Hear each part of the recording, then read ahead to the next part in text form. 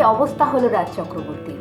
মানুষ তাকে কাদা ছুটছে, যা তা ব্যাপার নয়। তিনি একজন সম্মানীয় ব্যক্তি, একজন ডিরেক্টর, একজন বড় অভিনেত্রীর হাজব্যান্ড, যাকে সবাই লেডি সুপারস্টার নামে চেনে।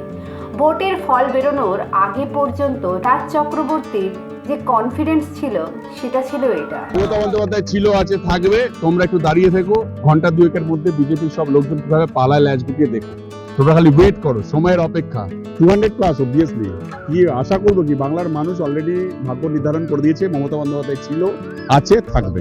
তিনি এটা কনফিডেন্টের সঙ্গে বলেছিলেন যে ব্যারাকপুরে তিনিই জিতছেন, দিদি ছিল, দিদি আছে। বিজেপির লোকেরা ঘন্টা খানিকের মধ্যেই ছুটে পালাবে, কিন্তু শেষমেশ পালাতে হলো তাকে।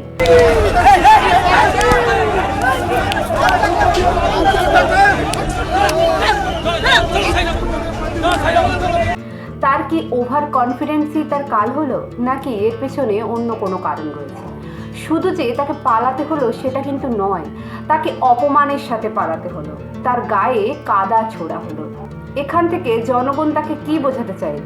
যে তাকে আর সত্যিই প্রয়োজন নেই। এরপরেও শুধু তাই নয়, তাকে চোর অপবাদও দেওয়া হলো।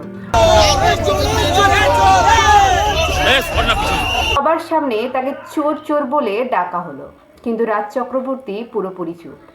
এটাই হয়তো সময়ের কাছে হেরে যাওয়া, সেই জন্যই হয়তো রাজ চক্রবর্তী একেবারে চুপ হয়ে গেছে। এই ভিডিও নিয়ে আপনার কি মতামত অবশ্যই কমেন্টে জানাতে ভুলবেন না।